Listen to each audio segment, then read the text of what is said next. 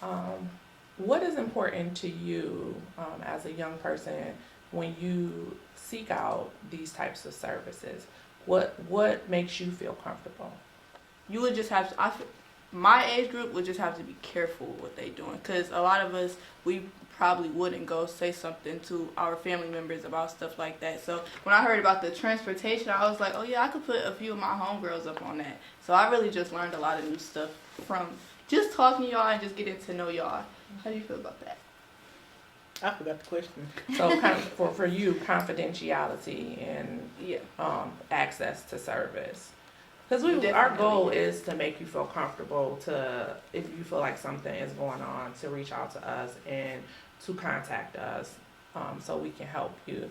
We try a great deal to reduce all the barriers for you. But it's just curious to me. Sometimes, we see a lot of young people come through the clinic and, like I like to know like what makes you come back and what makes you want to get care at our clinic at Idecide. So just looking at any type of nuances that we can tweak to make it a better experience for anyone that seeks our services, whether it's STI testing or whether it's birth control or whether it's just coming in and have a conversation and you're not having sex and you're thinking about maybe I might want to. What are some things that I need to do before I embark on sexual activity? Yes, well, I want to say thank you because you're actually helping a lot of adults and teenagers. Hopefully, it's not no kids.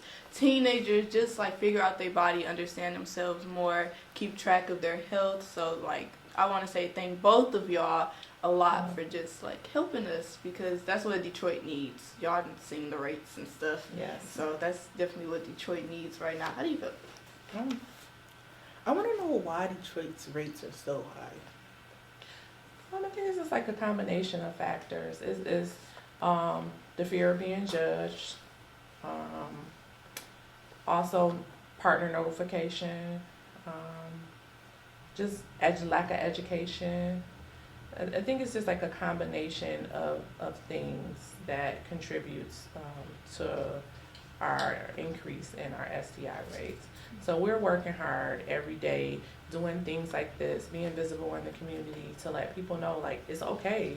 When my patients come in, I talk to them to let them know like I don't care what you're doing, what type of sex you're having, who you're having it with.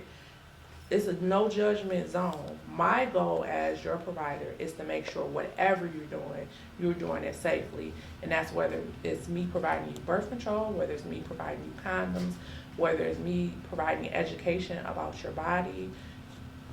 I want you to have the tools that you need to have a healthy sex life.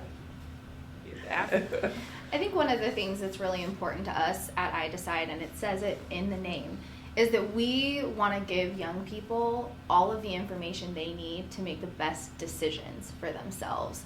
So when people come in to see us, we're not making any decision for our clients that are coming in to see us.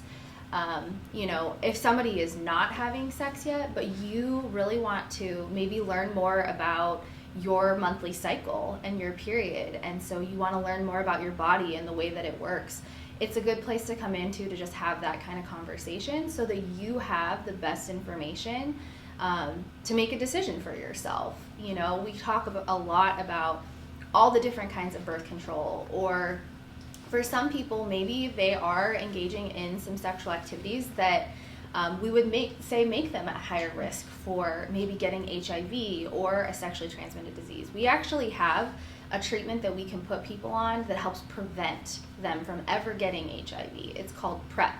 So we just really want to have conversations and the opportunity to educate our clients so that you all can make the best decisions for yourself, because we're not living your life, you guys are living your life, but we want you to have access to all of the things that are going to keep you safe and healthy. Do y'all like come to schools or go to like homeless shelters or any places other than for us to just come to you? Do y'all ever like go out? Yeah, we do a lot of work out in the community. So we have partnerships with all kinds of community organizations. Some schools are a little bit harder to get into. because they have their own health curriculums that they teach students. But we do a lot of partnership with youth serving organizations that work with families and parents. So yes, it is our goal to be in the community and connected with the community as much as possible. Our clinic is just at the health department, that's all.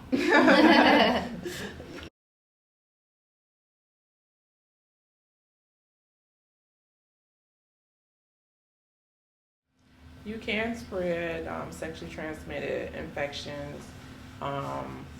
You have this, you can pass bacterial vaginosis between two vaginas.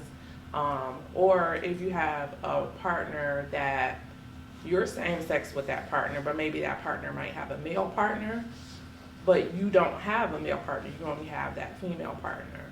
So then that puts you at risk for gonorrhea, chlamydia, and those type of things. But if you're an exclusive female to female or male to male relationship, so for each sex it's something different to watch out for.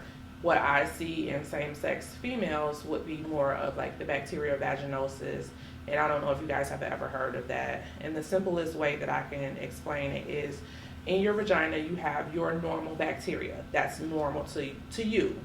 It makes up your vaginal environment, so to say. And the other person has the same thing.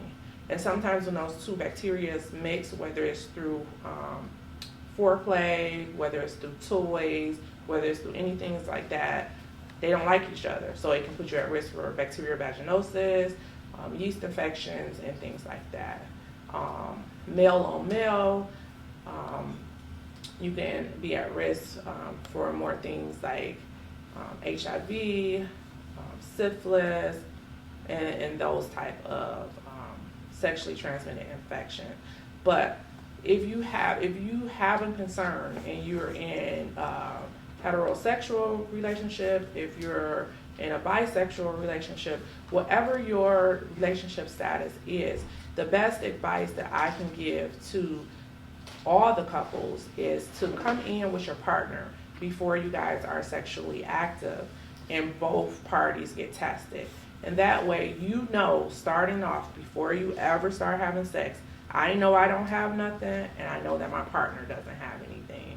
That is the best way to go before you start in a relationship with someone, a sexual. Use your eyes and use your hands.